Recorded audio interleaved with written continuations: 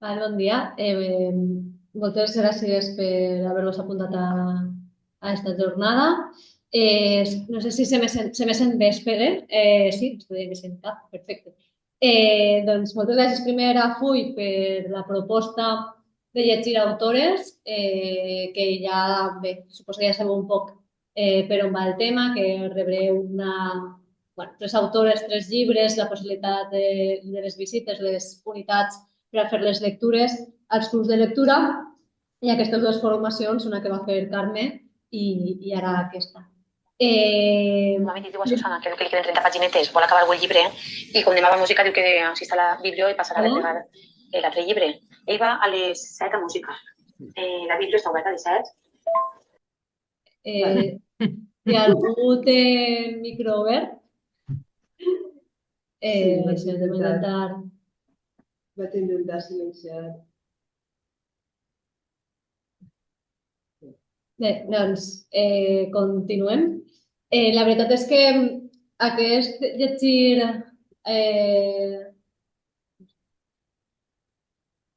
espero que estem tenint problemes del directe, no sé què està passant. Veieu el PowerPoint, no? Entenc. Sí. Doncs lectura en perspectiva de gènere als clubs, com des dels clubs de lectura a les biblioteques, podem promocionar, podem parlar, podem llegir d'obres escrites per dones, però no sols va el tema de triar llibres escrits per dones, ja siga poesia, teatre, assaig, narrativa, sinó també com crear, com fer que aquests clubs de lectura tinguin una perspectiva de gènere en la seva totalitat, no? Òbviament, el primer pas, diguem, que és el més clar, no? Triar és descartar i destacar. És a dir, quan feu un club de lectura, que segur que n'heu fet molts, moltíssims i ja sabeu perfectament el que em referís, és que quan programem un club de lectura, al final hem de triar una sèrie d'obres, una sèrie de llibres que llegirem.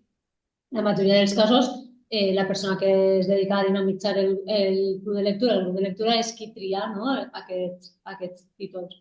Per tant, des del primer moment estem fent una tria i en qualsevol tria doncs, destacarem uns títols per unes qüestions determinades i per necessitat, mentre se destaquen uns títols, se descarten uns altres. En aquest sentit, òbviament, en els clubs de lectura amb perspectiva de gènere intentarem destacar obres escrites per dones, i així entra un ventall molt gran, però no sols això, perquè també podem triar obres escrites per homes si ens serveixen per a fer contrapunts o per a parlar de segons quins temes, no? Aquesta és una de les primeres idees. Encara que allò que ens interessa realment és l'escriptura feta per dones. Per què dic que podem triar a vegades algun escrit per a algun home? Doncs per això, perquè podem comparar alguna obra que estiguem llegint escrita per una dona amb la d'un autor. O perquè el tema tractat, que això és una altra cosa, el podem considerar que és entra dins d'aquesta perspectiva de gènere. I aleshores ahir ens pot interessar. Les autores, si estem llegint això ho vaig a relacionar un poc amb el projecte de Full de llegir autores valencianes. Si la nostra idea és llegir autores valencianes, una de les coses que podem fer des del club de lectura és tindre clara quina és la voluntat del club. Podem tindre un club que simplement vol llegir narrativa, assaig, poesia, teatre, el que siga, contemporani, i per tant ens dedicarem a triar obres escrites per dones actuals o de l'època contemporània, no vol dir que estiguen escrivint ara en el 2024, però pot ser des dels 70 fins a l'actualitat, i ho fem per una voluntat de donar a conèixer les nostres autores més recents. Però també podem incloure a les nostres pioneres i en aquest sentit, en el voler incloure les nostres pioneres, entra un element de per què és important dins la perspectiva de gènere en els clubs de lectura, perquè el que podem fer llegint autores clàssiques, ara parlem si voleu del tema, és reivindicar i vindicar i posar sobre la taula segurament autores menys conegudes que els seus contemporanis del seu moment. És a dir, amb les autores clàssiques el que podem estar oferint en el club de lectura es donarà a conèixer autores que han passat més desapercebudes que els seus contemporanis. I això involucra una perspectiva de gènere en el club de lectura ja en si mateix, no? Aquesta voluntat de fer veure, de fer demostrar que hi havia autores clàssiques en la nostra llengua i que les podem llegir. No cal que ens remetem a PSC, perquè potser estem pensant en clàssiques i ens ve al cap, òbviament, Isabel de Villena, etc.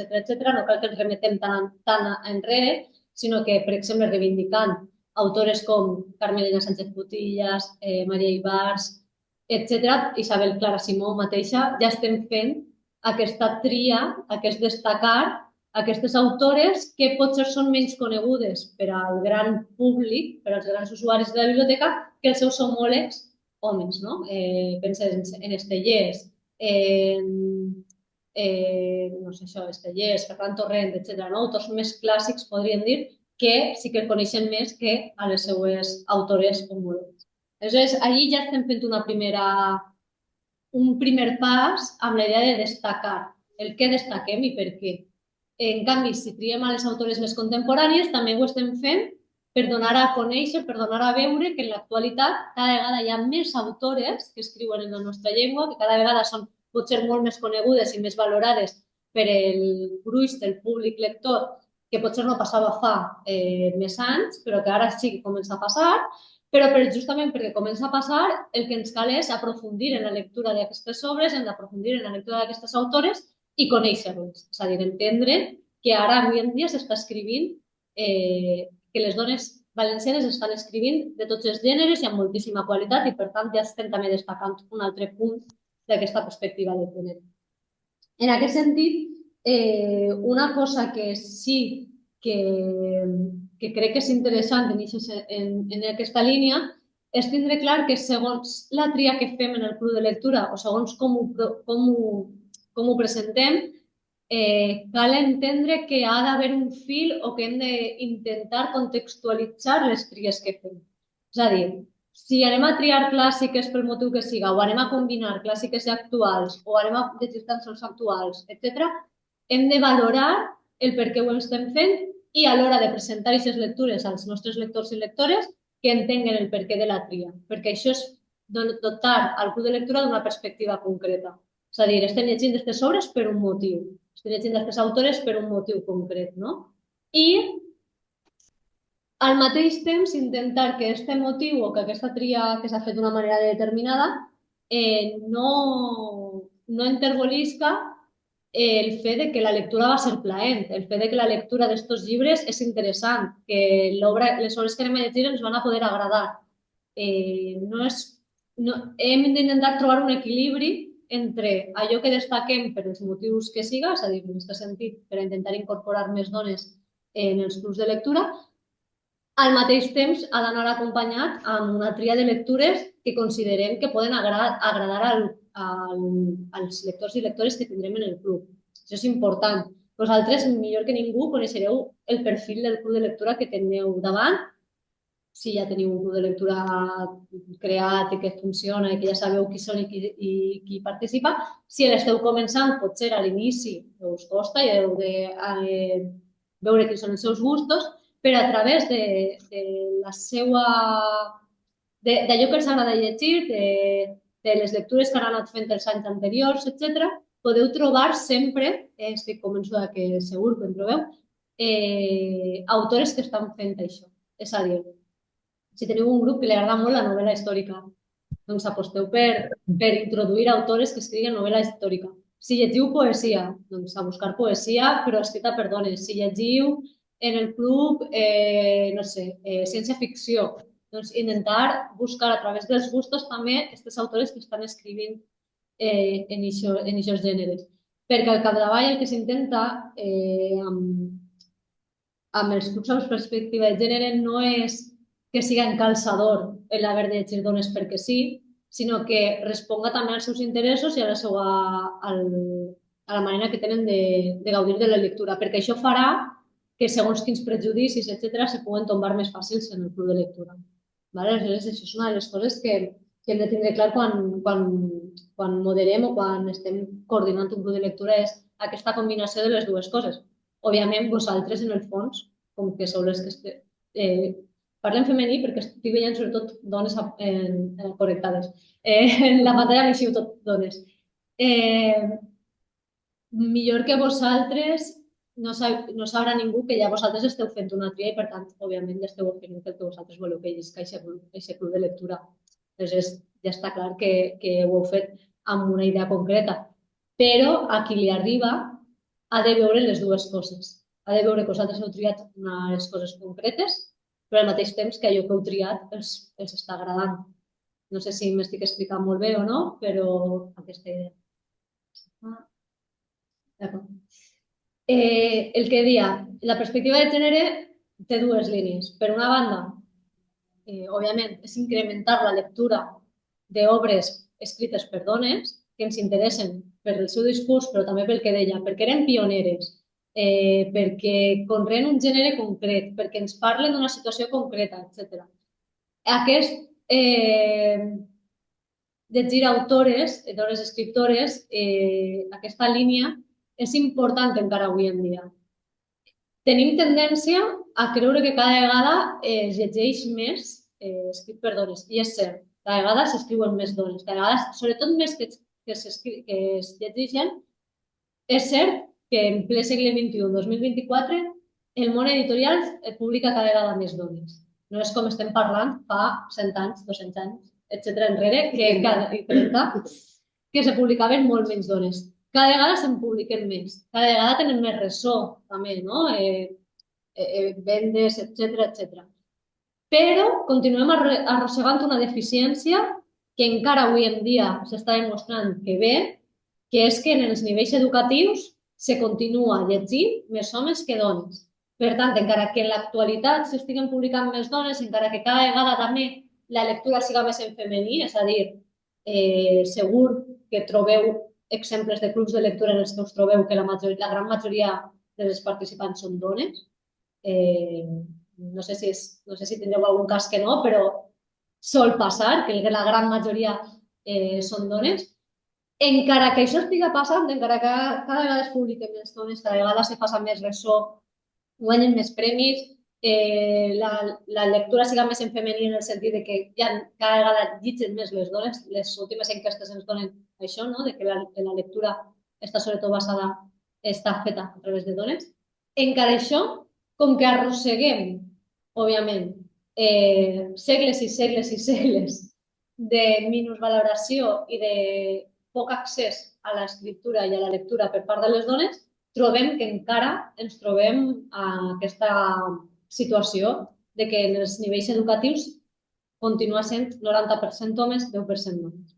Això s'anirà revertint, espera, però és una feina molt més complexa. Aleshores, davant de que aquesta feina és molt més complexa, que nosaltres no tenim capacitat, si ja feu moltes les biblioteques com per anar més, què podem fer en els clubs de lectura per a contrarrestar això? Doncs llegir més dones, ja que històricament hem llegit més homes, ja que continuem llegint més homes en relació a la quantitat de llibres que llegim escrits per dones, doncs podem revertir-ho a això, dedicant cicles, dedicant clubs de lectura, dedicant anys tan sols a llegir dones. Que pot ser durant un any sols llegiu, no sé, si l'any té 12 mesos, si feu el club de lectura durant els 10 mesos, si durant 10 mesos se trien 10 dones, doncs mira, un any que s'ha contrarrestat a la llarga llista d'homes que hauran llegit al llarg de la seva vida lectora. Això és una de les parts importants del per què triar sobretot dones ajuda a això. L'altra part, no és tan sols perspectiva de gènere, no és tan sols triar dones, perquè si no seria bastant més fàcil, no?, trencar certes dinàmiques i ja està, llegim dones i ja acabem amb el greuge comparatiu, etc., amb els homes escriptors. Què vol dir llegir en perspectiva de gènere? Doncs, més enllà de triar dones, també ens interessa treballar quins discursos estan treballant aquestes dones escriptores. És a dir, des d'on parlen, què conten, què ens expliquen. Segueixen explicant el mateix que ens han explicat al llarg dels segles els homes escriptors o introdueixen noves mirades, nous llenguatges, noves perspectives en les seues obres. Això com se tradueix en l'obra? Ho veiem clarament en l'obra que estem llegint o queda de manera superficial? Com es veu amb els protagonistes que trien? N'hi ha més protagonistes dones, n'hi ha més protagonistes homes? Eh, Quin tipus de relat ens expliquen? Doncs tot això, anar triant també, ja no una vegada triem, una vegada decidim llegir més dones en els clubs de lectura, ens hem d'anar fent-nos les altres preguntes, no? Les dones escriuen, per a qui escriuen, què ens estan mostrant, reverteixen alguna obra clàssica, reverteixen algun tòtem de la literatura des d'una altra visió. Doncs tot això ens ha d'anar acompanyant al procés de la tria de les lectures que farem en el club de lectura. Val, ja tenim que hem de llegir més dones perquè tenim un greuge històric que hem de trencar. Ja tenim la idea de que no és tan sols llegir autores, sinó també quines autores i per què i com ho presentem. I ara arriba la tercera part del club de lectura, que és com ho llegim. És a dir, una vegada ja ho hem triat, una altra vegada ja ho hem presentat, ja tenim clar com ho farem, hem d'intentar que el nostre club de lectura també contemple la perspectiva de gènere mentre l'estem. Jo així ja sí que entre, ja no tant en coses més teòriques, sinó des de l'experiència, per a poder explicar-vos un poc com ho he fet jo, val? Perquè crec que a base d'experiència, intent-error i veure com anar funcionant, crec que he arribat a trobar algunes fórmules que sí que m'han ajudat a que totes les parts del club de lectura conduïsquen a mantenir aquesta perspectiva de gènere. Una d'elles és fer aquest exercici de contextualització de les obres i de les autores que llegirem. Normalment no tenim una lectura, o sigui, no tenim una sessió prèvia a la sessió de la lectura, però en els clubs de lectura que ja porten molt de temps funcionant, podem intentar que els últims minuts de la sessió que estem fent la dediquem a presentar el proper llibre.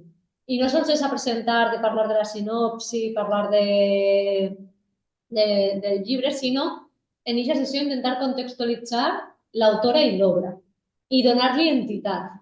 Perquè potser una de les coses que ens manquen moltes vegades és que no coneixem a les autores, no coneixem a les autores perquè tenen menys espai en els mitjans, etc. Doncs doneu-les a conèixer. Expliqueu més obres seues. Relacioneu la seva obra amb moltes altres obres del seu entorn en el sentit de gènere, de l'edat de l'escriptora, de l'època de l'escriptora o de l'època de la novel·la, etc. Perquè això ajuda a crear un clima de veure que aquestes dones no són bolets que apareixen en un camp i no tenen res a veure unes en les altres, sinó que formen part de tot un ecosistema literari que està trencant els moldes que estaven abans. Aleshores, això ens serveix per a poder posar aquesta perspectiva damunt de la taula. Una vegada hem fet aquesta feina, com presentem després la lectura? Doncs una vegada s'han llegit a casa els lectors i les lectores les obres que hem triat i arriben al club de lectura, hem d'intentar que se senten còmodes a l'hora de poder... això ho dic molt, sobretot si poden haver temes en els llibres que ens interessen traure a la taula. És a dir, si tracten sobre coses que s'han invisibilitzat al llarg de la història de la literatura, com pot ser la maternitat, les relacions LGTBI per part de dona, etc. No? Temes que han sigut més tabús o que s'han parlat menys en la literatura perquè s'han considerat sempre temes femenins i, per tant, com ja sabem que ha passat al llarg de la història, s'han considerat menors i s'havien produït menys en la literatura. Per tant, aquests temes ens interessen destacar-los. Com els destaquem en el club de lectura? Doncs preguntem directament sobre el tema que volem traslladar al club. Directament en un sentit de no directament dir ei, que us ha semblat que es parla de la maternitat, sinó ei, com heu vist... Estic parlant de la maternitat, però podem parlar d'altres coses, com heu vist que la protagonista conviu amb el fet de ser mare? I havíeu llegit alguna altra obra que parlara així? I com ho relacioneu amb la vostra experiència o la experiència de la gent del vostre voltant? O com haveu llegit mai una obra que tractarà sobre aquest tema? O ara estic, per exemple, pensant en les obres que us ha proposat Full en aquest cicle, Una carretera sense arbres, La dona invisible i les absències. Per exemple, en les absències hi ha un relat dedicat a la menstruació. És un dels relats és la primera regla d'un adolescent. Pot ser, moltes de les persones que teniu al club de lectura no han llegit mai cap obra on se parla així de la menstruació. Doncs és un tema que podeu destacar. Podeu parlar d'aquest conte en concret. No cal que parleu de la menstruació com a tal, no cal que els digueu ei, què us ha semblat llegir sobre la regla, sinó ei, i el relat de la menarquia, què us ha semblat aquest relat? I que puga fluir una conversa al voltant del que han trobat en aquest relat. O, per exemple, el d'Una carretera sense arbres, que parla dels abusos de poder i conforme se va llegint se descobreixen que són abusos sexuals en el món del teatre, és a dir, en casos, no? No sé si, bueno, el famós cas dels Estats Units, el Me Too, etc., doncs que sí, també han hagut casos que s'han destapat de directors de teatre que han abusat de les seves alumnes. Doncs és un tema que ells o elles havien llegit prèviament. En què ho poden relacionar? O creuen que està d'actualitat per algun motiu? O com veuen que l'actualitat afecta la literatura? Creuen que n'hi ha un trasbassament entre l'actualitat i la literatura? En quin sentit? No? Doncs anar fent aquestes preguntes i anar introduint-ho d'alguna manera per a que a poc els temes vagin fluint en el club de lectura i que ells mateixes o elles mateixes se n'adonen que estan llegint temes diferents als que han llegit fins a aquest moment o no. Potser tenim un club de lectura molt lector que llegeix moltes dones escriptores actuals, etc. i estan acostumats a aquests temes i, per tant, vos diran tots aquests consells, doncs tenen més que fer i han llegit molt en aquest sentit. Però si no és així, potser els canvia la perspectiva de les lectures que estan fent en aquest moment. I bé, un poc això, no? Per a mi, la perspectiva general del club de lectura té tres pilars. Les autores, és a dir, triar autores, encara que, com us ho he dit, perspectiva de gènere no se limita a triar autores perquè podem triar un autor que pel que siga ens interessa per això, doncs perquè parla d'un tema que ens interessa en el sentit de perspectiva de gènere, perquè capgira alguna cosa de la seva obra o el que siga. Es pot anar fent, però bé, en aquest cas, com que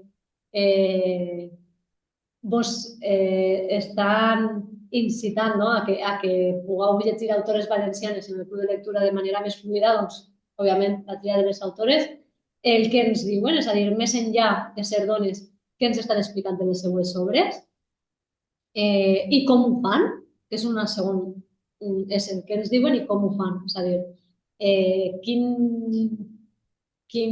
gènere utilitzen, per què, no?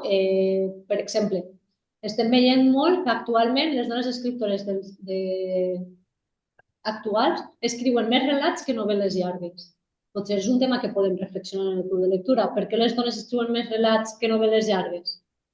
Pues segurament perquè el relat és un tipus d'escriptura curt que es pot fer de manera més tenint mil coses a fer, no? Mentre se treballa, mentre se fa la doble jornada, no? La de casa i la de treball, i en canvi una novel·la llarga de 600 pàgines exigeix una concentració única en el fet de ser escriptor-escriptora i potser per això n'hi ha menys dones que estan escrivint aquestes obres i en canvi n'hi ha més dones que escriuen relats. O el teatre, per exemple, cada vegada en el sistema literari valencià, cada vegada més dones escriuen teatre. Per què s'està escrivint més teatre des de les dones? Pues perquè potser serveix per a parlar de certs temes d'una altra manera, perquè serveix per a posar l'actualitat al centre, no? Perquè el teatre moltes vegades ens parla de temes molt més actuals. Bé, doncs això és una altra cosa que podem també anar traient en els clubs de lectura, què escriuen i com ho escriuen. I la tercera pota era el com ho llegim, no? Aquesta idea de que hem de crear un clima de lectura i participació concretes en el que la gent que està participant en el club tinga ganes de trencar-se prejudicis i esquemes, però això li hem d'anar acompanyant nosaltres en aquest camí. Hem d'intentar oferir-los una altra visió, és a dir, doncs, per exemple, les constel·lacions literàries ens serveixen molt per a que ells i elles vagin veient que això que estan llegint té altres repercussions i té una teranyina d'obres que se poden anar sumant a la lectura que han fet. I això els pot fer que els donen més ganes per llegir més autores i, per tant, anar trencant aquesta barrera que potser tenen apresa de la seva educació literària. Doncs bé, aquestes són les potes i aleshores com ho fem? És això que estava dient. Com sabem quines autores, per exemple, en els clàssics ho podem tindre clar. En les clàssiques podem anar, per exemple, a la celebració d'anys institucionals. Doncs, no sé, enguany és l'any Maria Ibars per la Adela, però podem remetre'ns a Maria Aurelia Capmany, no sé, podem anar buscant autores al llarg dels anys oficials per anar rescatant aquestes clàssiques.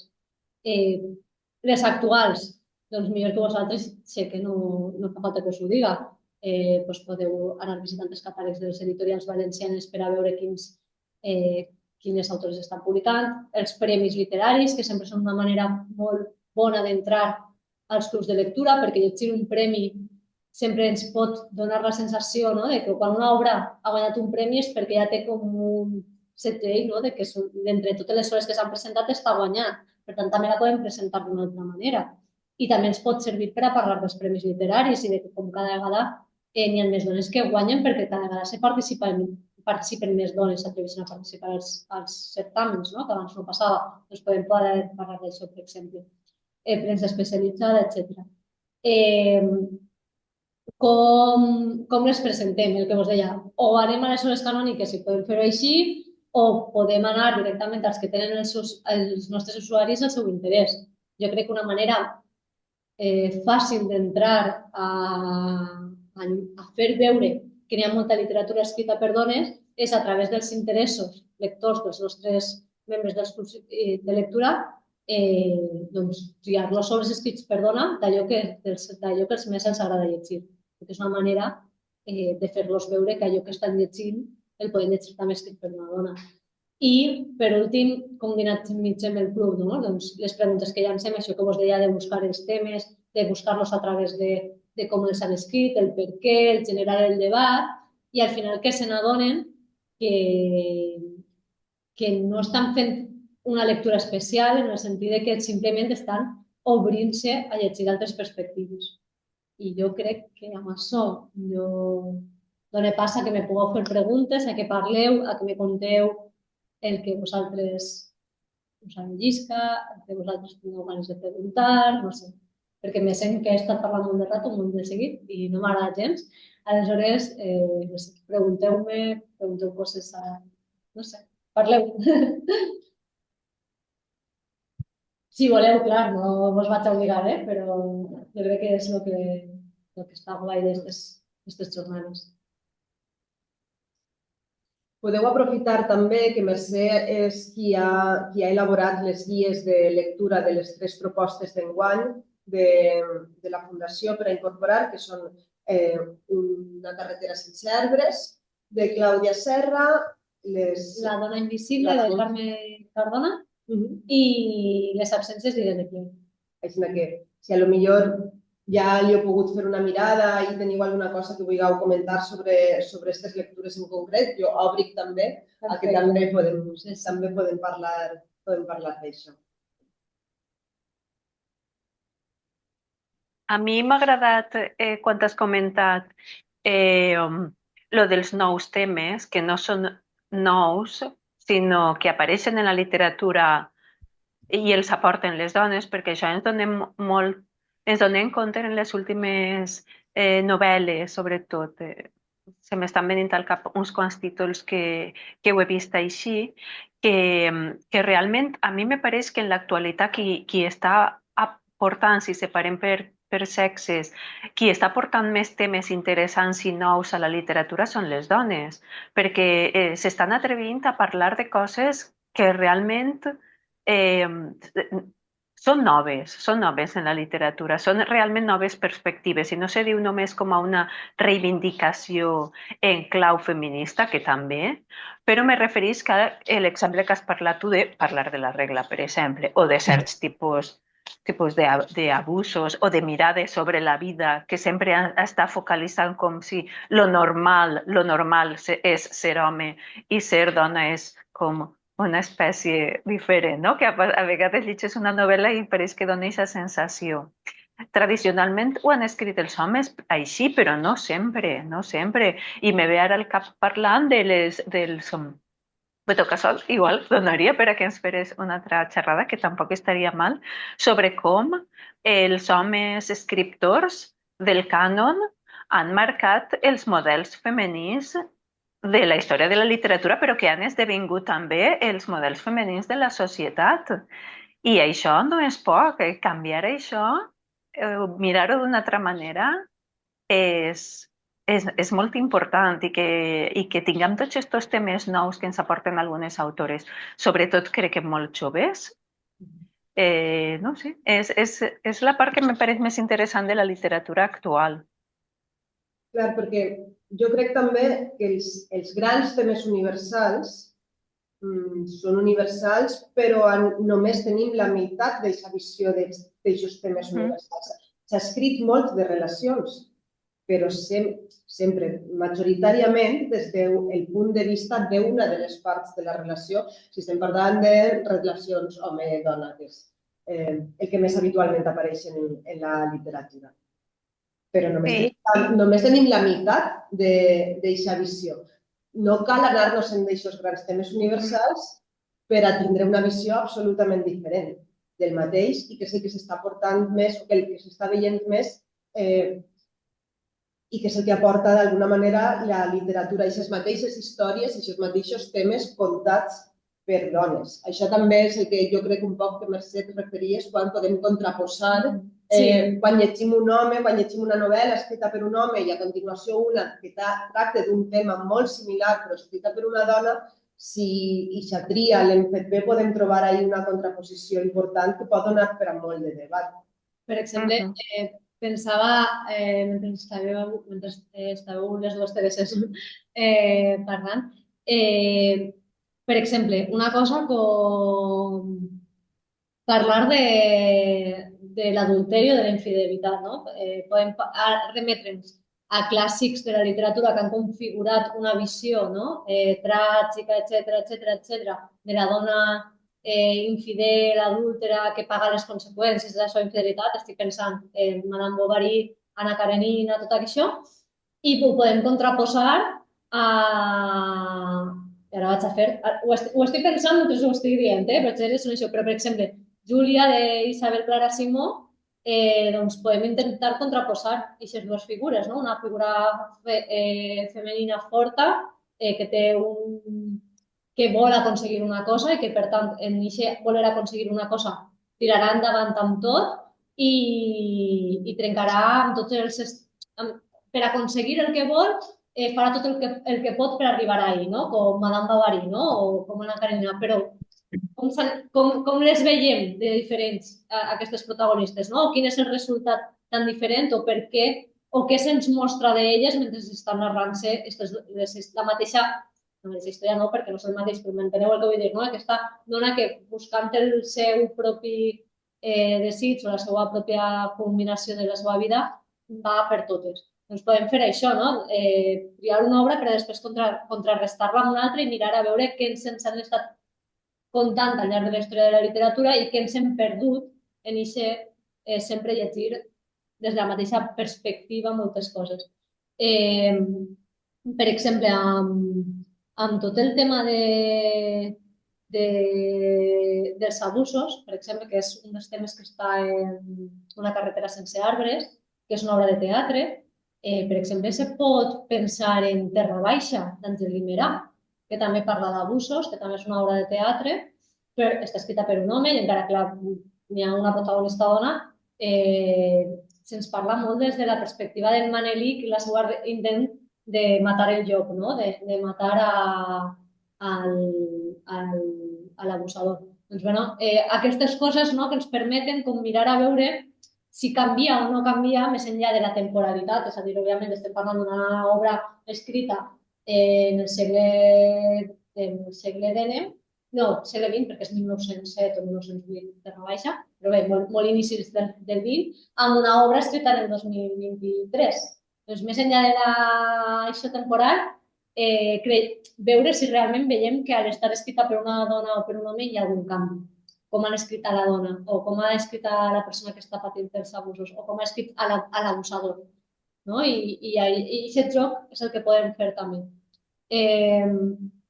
Una cosa que també crec que, pel que deies, Teresa, que les autores joves estan escrivint més temes actuals o almenys estan atrevint a parlar de temes que potser fins ara no s'havien parlat o que s'estan fent d'una altra manera, justament les tres obres que estan, les tres tries, tant La dona invisible com Les absències com Una carretera sense arbres, tracten de temes molt actuals en diferents gèneres. I jo crec que això és una virtut que les tres autores, que són bastant joves les tres, des de Clàudia Serra, que té 26 anys, fins a Carme Cardona, que és un poc més major, però que no crec que tingui els 50, que tingui els 40, una cosa així, però bé, joves, vull dir, per al món literari, joves. Clar, potser estan parlant de temes que els interpel·len perquè l'actualitat els ho està mostrant molt i elles necessiten que estiguen en un llibre. I això també ho podeu parlar, com veuen l'actualitat en les obres. Les veuen que les obres estan impregnades d'aquesta actualitat? En quin sentit? Com les poden relacionar amb les coses que estan passant actualment? I jo crec que això també és una cosa que podeu treure de debat en els clubs de lectura. Com ho poden relacionar en l'actualitat? Però no simplement de les notícies, sinó des de quina perspectiva està contat, per què creuen que han triat aquests temes, si creuen realment que per exemple, fa falta que t'afecti una cosa personalment per a poder parlar d'elles o no, que crec que també és molt interessant parlar d'això, no? De que potser els afecta tot, no?, aquests temes. Pues parlem, no? Perquè no tenen per què ser temes. Ja veureu que n'hi ha temes, per exemple, les absències, molts dels relats se nota que són vivències de l'autora.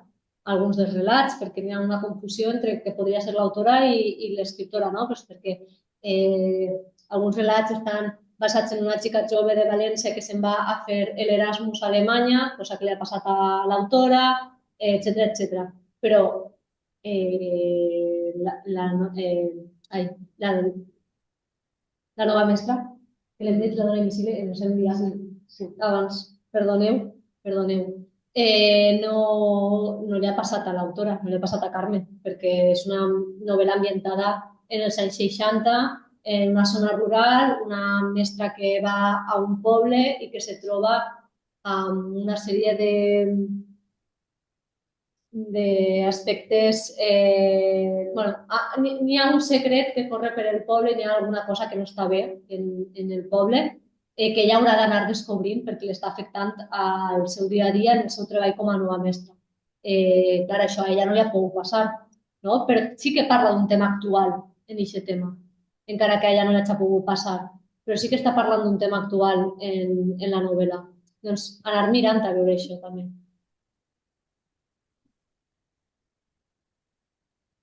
Això del contrapunt que has aclarit ara més bé, que o sigui, ho has entès més conforme ho estaves dient ara, i m'ha paregut un exercici superinteressant que ojalà poguérem fer. I m'ha sorgit el dubte de si llegir homes que escriguen en perspectiva feminista. Com ho veuries això? I si tens exemples? A veure, sí, jo crec que sobretot n'hi ha una tendència actual de narrativa i de... En assaig passa més, val? Crec que en assaig passa més, que també podeu parlar de si llegiu assaig de discurs de lectura, que sí que és més costós, etcètera, però bé, en assaig passa més. Però en narrativa sí que crec que n'hi ha tota una fornada d'autors joves, molt joves, que estan incorporant aquesta perspectiva de gènere, encara que siguin homes, i que estan intentant oferir dones no estereotipades, potser no te parlen de temes exclusivament. Exclusivament, això és un, entre cometes, femenins, en el sentit que potser no parlen de la menstruació o no parlen de la maternitat o no parlen de tal, però sí que les seves protagonistes o les seves personatges no són dones estereotipades. No estan al servei de la mirada masculina i no estan al servei d'una història masculina, sinó que tenen la seva història i el seu pes i les seues arestes. N'hi ha autors joves que ho estan fent. També hi ha molta literatura LGTBI que trenca molts motlles. Clar, això és molt actual, perquè n'hi ha cada vegada més autors gais, intersexuals, transexuals, etc., que juguen amb la perspectiva de gènere en les seves obres perquè intenten trencar barreres que fins a aquest moment no s'havien trencat. I en aquest trencar barreres, doncs els personatges que se'ns presenten o els temes que se'ns presenten són molt diferents. Aleshores estan incorporant una perspectiva de gènere també molt interessant. Exemples que ara me venen al cap. Paul Wast, per exemple, és català, però ha escrit 2 llibres que són Ofert el paradís crema i Napalm al cor. En Ofert el paradís crema és una història d'amistat entre un xic i una xica, per exemple, i és una història d'amistat, no hi ha un rerefons romàntic perquè el xic és gay. Per tant, també se'ns mostra un altre tipus de relacionar-se un home i una dona que potser tradicionalment en la literatura escrita per homes no se'ns mostra, no? L'amistat entre homes i dones. Doncs mira, per exemple, és una manera d'introduir un tema que també té perspectiva de gènere amb una obra escrita per un home, no? Perquè ens parla això d'una amistat entre un home i una dona, no? Que sembla que no pugui existir en la literatura perquè totes les relacions han de tenir un component romàntic. Ells tenen els seus components romàntics en altres persones, però entre ells dos no. Doncs, per exemple, ara així se m'ha portat aquesta. Podria pensar-ne més, però ara m'ocorre molt bàsic. També jo crec que una cosa és la perspectiva feminista, que evidentment existeix, probablement existeix molt més en la literatura escrita per dones que no en la literatura escrita per homes, però crec també que la perspectiva de gènere és donar-nos compte d'alguna manera també que el gènere de l'autor d'alguna manera s'influeix en l'obra. Per tant, les obres escrites per homes també es poden llegir en perspectiva de gènere. Es tracta d'identificar quines coses d'aquesta obra són així perquè l'autor és un home i no una dona. Per exemple, se m'ocorre, no? En el tema de relacions, en el tema de com són els personatges femenins, com són els personatges masculins, quines són les relacions que n'hi ha entre ells. Això és diferent quan és un autor home o una autora dona? En alguns casos, potser és molt evident, en altres igual no tant. Les relacions amb les mares, amb els pares, amb la família, les cures, la importància que tenen les cures dins de la novel·la, encara que no siguin el tema principal. És igual si ho escriu un home o una dona, no ho sé. Aquest tipus de coses, per a mi no és només una perspectiva feminista en la literatura, això és una vessant, però qualsevol història es pot mirar des d'una perspectiva de gènere. Sí, o per exemple, la presència dels espais, no?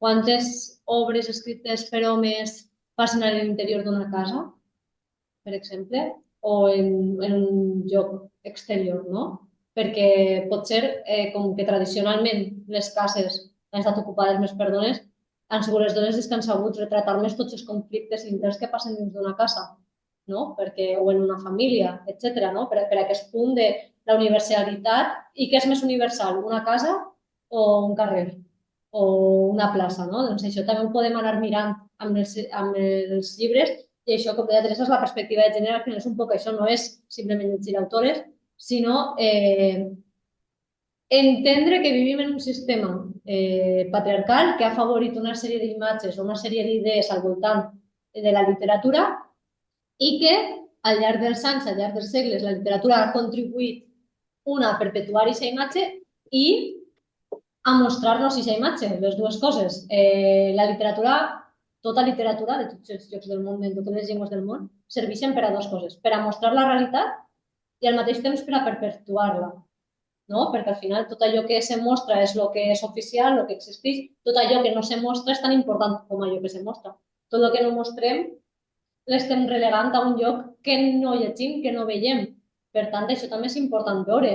què se mostra i com i per què i quina tria ha fet l'autor. Doncs això també ho podem parlar, no?, quan estem llegint un Però manuscrit. des d'un club de lectura jo crec que deurien demostrar més aquesta perspectiva del gènere, perquè fins ara sempre estem llegint homes i l'home és el que mana tot i tot. Jo crec que ara ens havíem d'esforçar per a llegir altres gèneres per a que ho vegin una cosa normal, perquè la gent encara no ho té normal.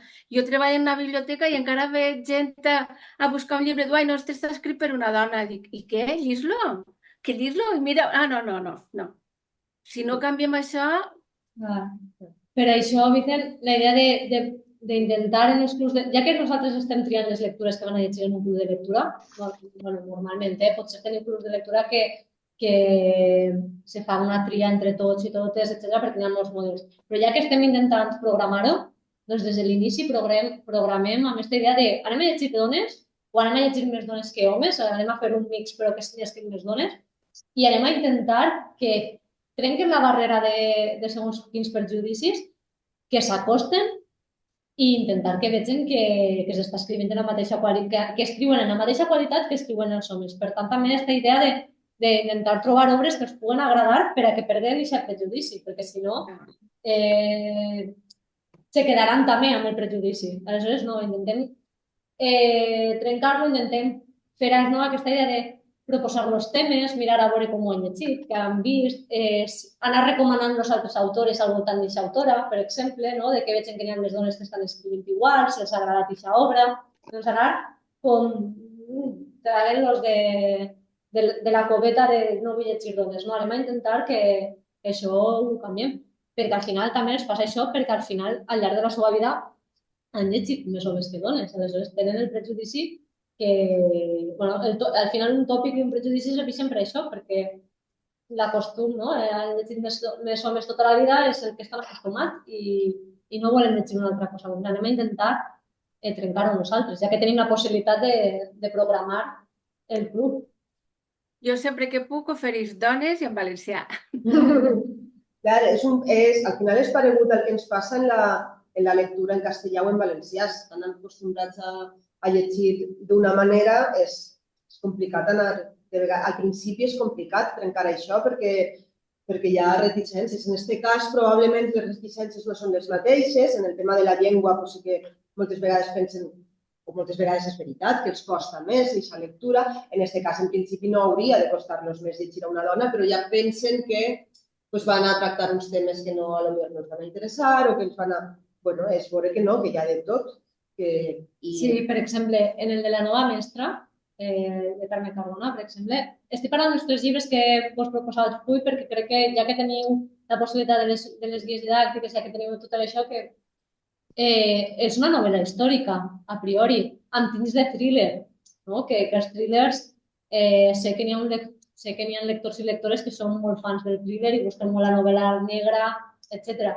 Doncs, més enllà de que està protagonitzada per una dona i fins al final no sabem què ha passat amb aquesta dona i, per tant, sí que hi ha un component de gènere, però a l'inici és una història una novel·la històrica amb un component de thriller. Doncs, no sé, és una opció, no?, de donar-los una cosa que no els ha de generar rebuig a l'inici i que després sí que podeu treure els temes, no?, perquè els temes estan ahí en aquesta novel·la. Doncs ja els traureu després en la conversa. Però potser enganxar-los per aquest punt de no, anem a llegir una novel·la ambientada en un poble rural a València i anem a llegir una novel·la que n'hi ha un misteri, no sé què, i sabeu que n'hi ha tal. Doncs no sé, anar per ahí, potser en els grups o en les persones si teniu grups més reticents doncs no sé, podeu tirar per aquests llocs.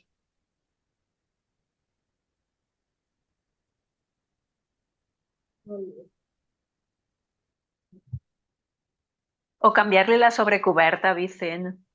També. Això també. Podem fer també això, aquest joc de cites cegues, de no saber qui és l'autor. O llegir un fragment d'alguna cosa i que no sàpiguen si l'ha escrit un home i una dona i preguntar a veure què pensen, perquè potser se duen més que una sorpresa. No, però la gent del meu club no té cap problema a llegir una dona i llegir en valencià. És la gent que ve a la biblioteca. Homes que venen a la biblioteca a agafar llibres són els que encara tenen prejudicis de llegir a una dona. Ui, és que això ho ha escrit una dona. Prova, jo sempre fas prova. I després ja en comptes. En el club no tinc cap problema. Has dit, Vicent, que passa més amb homes que venen a per llibres. Ja, és que els homes es estan costant un poquet més d'entrar ahí, però... Sí. Però en general s'està costant més, perquè els índexs de lectura també diuen que cada vegada llegeixen menys els homes i molt més les dones. En general, el tema de la lectura encara s'està passant això. Com acostar-los, no sé. Podem fer moltes coses, però al final també han de voler, El que diu Teresa, canviar la coberta, està escrit per un home i no s'enterarien, crec jo. No, jo crec que no. També, per exemple, perquè podeu triar obres escrites per dones però que els protagonistes siguin homes. Per exemple, en una carretera sense arbres de Clàudia Serra, una de les virtuts que té és que l'obra de teatre són un matrimoni, val? Un home i una dona, que tenen un accident i estan parlant mentre estan esperant que els vagin a ajudar amb el cotxe. Doncs ella té la capacitat d'haver-se posat molt bé en el cap de l'home i que és el pes central de l'obra de teatre i no te l'està edulcorant, no l'està castigant per lo que ha fet, és simplement com ell ha vist o com ell veu que ha actuat davant d'uns abusos que ella ha perpetuat. Però ella no t'està intentant amb l'obra fer lo que s'arrepentís o fer lo que el van a condemnar. No, t'està dient com ho viu ell i ell diu que no ha fet res. Però també triar a vegades aquestes obres també ens ajuda, no? A veure que les dones també són capaces d'escriure des del punt de vista d'un home i fer-ho també bé, no? Que igual que n'hi ha homes que escriuen bé personatges femenins, que no cal que sempre escriguem, no? O sigui, que no cal passar d'un extrem a un altre, no cal que llegim autores que sols parlen de personatges femenins. També podem triar autores que parlen, que facin parlar a personatges masculins amb aquesta idea, no? De veure si veiem els canvis o no. Sí, de fet, ella en l'obra no acaba amb un bo i un dolent. És com han viscut cadascú aquesta mateixa situació i ho han viscut de maneres molt diferents i amb conseqüències molt diferents. Però no hi ha un bo i un dolent o... Ahir la perspectiva de gènere és el debat que podem traure, de veure això, no? De com els ha afectat a cadascú dels dos el mateix fet, com la societat ha respost a un i a l'altre, però no en si sobre com ha tractat el tema. Hola, bona vesprada, soc Sònia d'Almussafes. Veure, una coseta, a mi m'agradaria que m'ajudareu o me donareu alguna recomanació directriu. Vos explique el cas. Així hi ha una associació de dones progressistes que muntaren un club de lectura, val? I com no podia ser d'una altra manera, clar, la feina va recaiguent en mi. Què passa? Jo m'he donat compte de que clar, les meves recomanacions van dirigides al gènere, al feminisme, i clar, què passa? Que hi ha moltes dones, que clar, som dones, tot dones, i què passa? Que hi ha algunes d'elles que estan decebudes, que estan cansades de llegir sempre sobre gènere, sobre feminisme, sobre violència de gènere, sobre maltractament, i se'n passen a l'altre club, que és el que també dirigisc jo, que és un club que llegim un poc de tot. Sempre la veritat és que jo crec que el 70% de les lectures que trie de manera totalment involuntària són dones, no sé per què.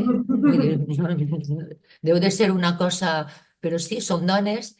I m'agradaria que me digueu què podria fer per a que aquestes dones... Bueno, està clar, potser canviar-los el tipus de lectura, que fora escrita per una dona i que fora un thriller, per exemple. No sé, és que no sé.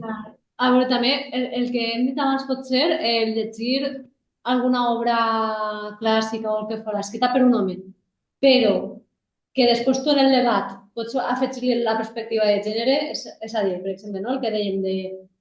Em vaig a repetir perquè ara mateix no se m'ocorre. O sigui, això que quan te pregunten no sé, llegir Terra Baixa, d'Àngel Guimerà, que està escrita per un home i que no és necessàriament feminista l'obra, però que sí que podeu després en el debat, ho dic perquè si és una associació de dones progressistes, no sé què, sí que li poden traure suc a l'obra. Encara que l'obra en si no parla de maternitat, no parla de cures o parla de l'assetjament però d'una altra manera i en un moment històric o, no sé,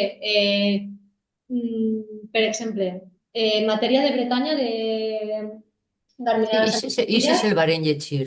Sí, i això no els va agradar perquè... Sí que els va agradar. Sí, anem a veure, si agradar-los els agraden tots. El que passa és que sí que mm, pot ser que, clar, com estan encaixonades Ja. en la temàtica feminista, pues, Doncs, per exemple, anar a la ciència-ficció, per exemple, o als thrillers, la ciència-ficció actual, n'hi ha molta ciència-ficció escrita per dones, cada vegada més. De fet, és un dels gèneres on més dones n'hi ha, perquè sabeu aquestes coses que passen de vegades, igual que passen a la literatura infantil o juvenil, que com són literatures que s'han considerat menors per alguna gent, la produïen més les dones, no? Pues en la ciència-ficció passa molt, que a vegades, com que s'ha vist un poc gènere menor, moltes dones han escrit ciència-ficció, però també novel·la negra. Jo què sé, Patricia Highsmith, per exemple, que és dona, sí, clar. escriu novel·la negra i és una dona que està escrivint novel·la negra que no necessàriament tracta temes, no tracta, excepte Carol, que per exemple, però que justament és la que no és novel·la negra, no tracta temes per si de violència de gènere, encara que sí que té moltes novel·les en les que hi ha un component de violència de gènere, etc., en algun assassinat o no sé què, doncs pots tirar per ahir, per exemple, i que estiguen llegint coses que no són necessàriament en perspectiva de gènere, però que elles després puguen treure temes. Si els interessa perquè tenen aquesta voluntat, que tenen este grup progressista, tal, no sé què, doncs pots tirar per una novel·la negra o pots tirar per una novel·la de ciència-ficció. Estic pensant ara com se diu? Espera un moment, que ara no m'hi serà. La paràbola del sembrador, per exemple, que és de Balder, que és una autora nord-americana negra que ha fet molta ciència-ficció, per exemple, no? O coses així. Pues tirar per gènere, per exemple, o novel·la històrica o coses així, i anar veient si poden treure temes o no, o ja està, o simplement triar Molt bé, per escapar gràcies. d'això. Jo recomano Lecciones de Química. No sé si l'heu llegit al club, però és preciós el llibretge. I per exemple, l'hem llegit el Club de la Biblioteca, clar, però jo, és que també se'l podria recomanar a elles, clar. Sí, també, perquè és parlar d'una altra visió de la dona, De la dona. també té tocs d'humor. Elvira Cambrils, Pepa No, sí, Guardiola, clar. Carme Miquel, Maria Ibars, que està molt bé. Després hi ha dones que escriuen personatges femenins que no sempre són personatges forts, potents, tal, i que per exemple, Aina...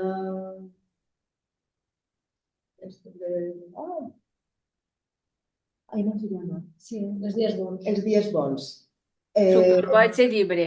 Els dies bons té Va agradar molt. una història contada des del punt de vista de l'home i després De la pràcticament la mateixa dona i història la contada filla. des de la dona i a mi me posava negra. I dic, com pot ser tan boba? Pues, aquesta dona no és aparentment o al principi o com ella et relata, no és d'una dona fortíssima. Es pot parlar d'això, que està escrit per una dona. Probablement amb el personatge masculí te sents més còmode que amb el femení. O, per exemple, ara pense en Núria Cadenes i Tiberi César, que està escrit per una dona, però el protagonista és un home. És una novel·la històrica, és un emperador, vull dir, que no té ningú component, no? Però sí que el podem treure igualment, perquè és com se relacionen les dones del seu voltant, quantes dones coneguen de l'imperi romà, no? Pues, podem treure temes igualment, al final.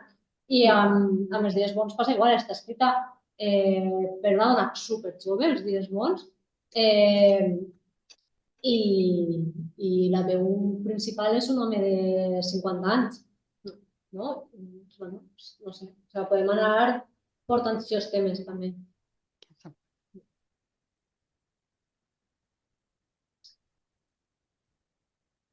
No sé si algú més vol alguna cosa.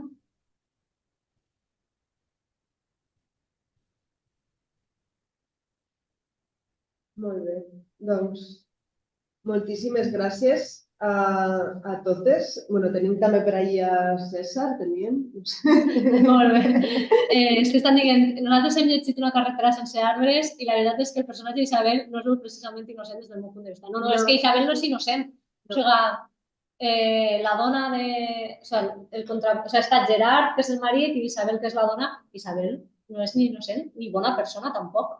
Però és que ja va bé també que n'hi hagi dones que no siguin bones persones en la literatura encara que estiguen escrites per dones, perquè les dones són complexes, no podem ser totes bones i tot bé. Doncs no, és que Isabel és igual de culpable en molts casos que Gerard. Sí, sí.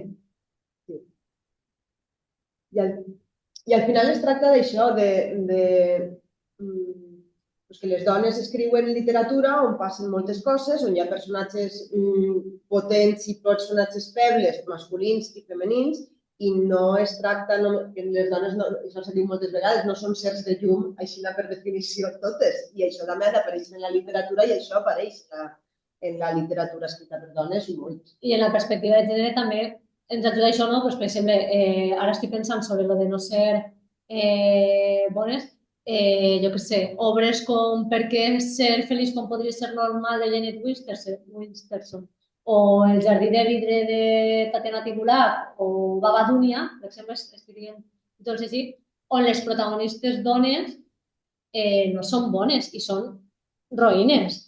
I també hem de llegir també aquesta literatura, no? Perquè també responen a una sèrie de coses que els ha passat en la vida i que els ha obligat a ser tan dures o tan poc donades a ser bones mares, no sé què tal, però també hem de parlar de les males mares, etc. no? Mira, el premi, clar, la literatura anecdòtica és un altre tema també que podríem parlar. La literatura anecdòtica escrita per homes o escrites per dones, ahí molt diferent i cada vegada hi ha més literatura escrita també per dones, eròtica.